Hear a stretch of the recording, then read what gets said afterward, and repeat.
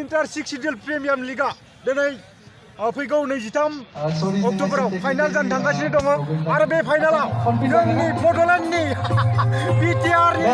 गेलेग्रा बिथांमोना फाइनालसिम सौहैबाय दा नोंथांमोना बै दिनखालि गासै रायजो नोंथांमोनखौनो फालो फालो थांनानै जोंनि बिटिआरनि गेलेग्रा बिथांमोनखौ मदद हेफाजाब हैनो थाखाय खावलायनाय जाबाय जोबोद गिदिर बाथ्रा रायजो नोंथांमोन गिबि खेबावनो जोंनि बिटिआरनि गेलेग्राफोरा फाइनालाव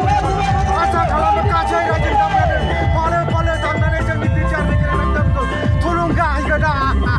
जोबोद गोजोनथाव रायजोफोर जोबोद गोजोनथाव जोंनि बिटिआरनि गेलेग्रा बिथांमोना गिबि खेबावनो फाइनाल सौहैबाय जोबोद गोजोनथाव आसा खालामो गासै रायजो नोंथांमोना फालो फालो थांनानै गेलेग्रा बिथांमोनखौ थुलुंगा होगोन गोजोननाय थाबाय जों बयबो आथिखालाव जोंनि बिटिआर ओनसोलाव प्रमद बर' सारा दैदेननाय बिटिआर सरकारनि बाख्नायनायाव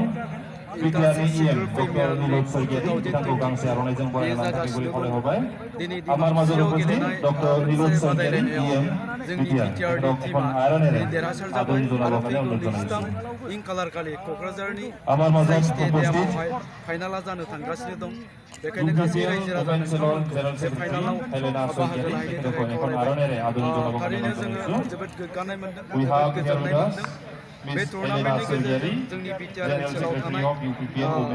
लाइमोनफोरखौ गेलेनो थाखाय थुलुंगा होनाय जादों आरो जायफ्रा आथिखालाव फुटबल गेलेगासिनो दं आरो जायफ्रा फुटबलखौ थांनानै थानायनि राहा हिसाबै लानो थाखाय गेलेगासिनो दं थारैनो बिथांमोननो जों मोनसे गेदेर होनाय जादों जों आसा खालामगोन बे प्लेटफर्मनि गेजेरजोंनो जोङो साफा साफा हलिचरन नार्जारी दुर्गा बर'मोन बायदि आरोबाव सोरजिनो हाबावगोन आसा खालामदों गासै रायजो राजा नोंथांमोना जोंनि बिटिआर टीमखौ थुलुंगा होनो थाखाय फाइनाल गेलेनायाव बाहागो लाहैगोन बयबो फैगौ 23 अक्ट'बर क'क्राझार साइ स्टेडियाम